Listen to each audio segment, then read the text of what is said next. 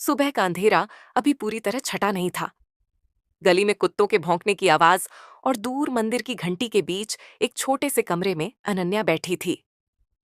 लालटेन की मध्यम रोशनी में किताब खुली थी, लेकिन शब्द साफ नहीं दिख रहे थे, क्योंकि उसकी आंखों में रोज की तरह आंसू भरे थे। अनन्या सिर्फ 18 साल की थी, मगर उसकी आंखों में वो थकान थी जो अक्सर बहुत ज्यादा सह चुकी लड़कियों में होती है। उसे बचपन से यही सिखाया गया था कि लड़कियां ज्यादा नहीं बोलती, सपने नहीं देखती और हर हाल में सहन करती हैं। जब वो 5 साल की थी और उसने माँ से पूछा था कि वो बड़ी होकर क्या बनेगी, तब माँ ने हल्की मुस्कान के साथ कहा था, अच्छी बहू। उसी दिन उसके सपनों की पहली हत्या कर दी गई थी। अनन्या पढ़ाई में हमेशा अव्वल रही। टीचर उसकी तारीफ करते थे, मगर घर आकर वही सवाल सुनने को मिलता था कि इतना पढ़कर क्या करेगी। उसका भाई देर रात तक बाहर रह सकता था, गलती करता था तो कहा जाता था, लड़के हैं, हो जाता है। लेकिन अगर अनन्या जरा सी आवाज ऊंची कर दे तो उसे बदतमीज कहा जाता। 5 बजे के बाद उसका घर से बाहर निकलना मना था। वो अक्सर रात को तकिए में मुंह दबाकर रोती थी, ताकि कोई सुन ना ले, क्योंकि उसे रोने की भी इजाजत नहीं थी। अनन्या डॉक्टर बनना चाहती थी। सफेद कोट पहनकर किसी की जान बचाने का सपना उसके दिल में पलता था। एक दिन बहुत हिम्मत करके उसने पिता से कहा कि वो डॉक्टर बनना चाहती है। कमरे में सन्नाटा छा गया और फिर वो शब्द आए जो उसकी आत्मा तक चीर गए, हमारे पास पैसे नहीं हैं और लड़की होकर इतना पढ़ना ठीक नहीं। उस दिन उसे पहली बार महसूस हुआ कि लड़की होना एक बोझ माना जाता है। जब वो स्कूल जाती थी तो लोग उसे घूरते थे। हंसती तो चरित्र पर सवाल, चुप रहती तो घमंडी।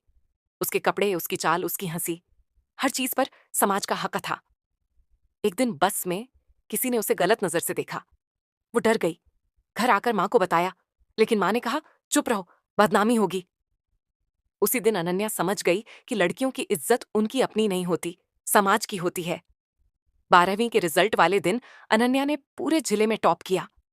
उसका दिल खुशी से कांप रहा था।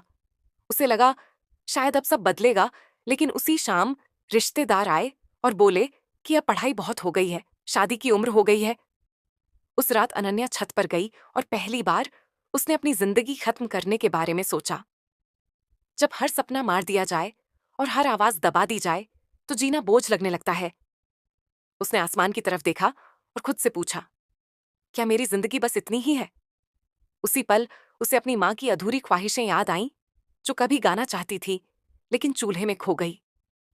उसे अपनी दादी याद आई, जो पढ़ना चाहती थी लेकिन कभी स्कूल नहीं गई। तब उसे समझ आया कि अगर वो हार गई तो आने वाली हर लड़की हारेगी।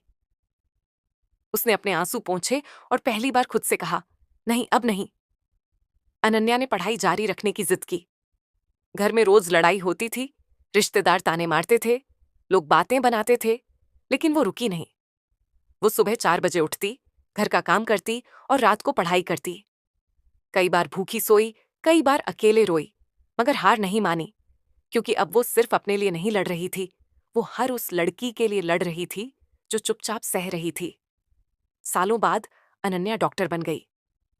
जब उसने पहली बार सफेद कोट पहना और अस्पताल के गलियारे में चली तो उसकी आंखें भर आईं। उसने आईने में खुद को देखा, वही लड़की जिसे कभी बोझ कहा गया था। पहली सैलरी से उसने मां के लिए साड़ी खरीदी। मां रो पड़ी और बोली कि वो डर गई थी, इसीलिए साथ नहीं दे पाई। अनन्या ने मां को गले लगा लिया, क्योंकि वो जानती थी कि मां भी कभी एक टूटी हुई लड़की थी। अनन्या कोई एक लड़की नहीं है, वो तुम हो, वो मैं हूं, वो हर वो लड़की है जो रोज टूटती है लेकिन फिर भी खड़ी रहती है। अगर ये कहानी सुनकर तुम्हारी आंखें भर आई हैं तो रो लो, क्योंकि ये आंसू कमजोरी नहीं है, ये तुम्हारी ताकत है। याद रखना, लड़कियां बोझ नहीं होती, सहने के लिए नहीं बनी और चुप रहने के लिए पैदा नहीं हुई। तुम आग हो, तुम आवाज हो, तुम बदलाव हो। जिस दिन तुमने ये मान लिया, उस दिन दुनिया को बदलने से कोई नहीं रोक सकता।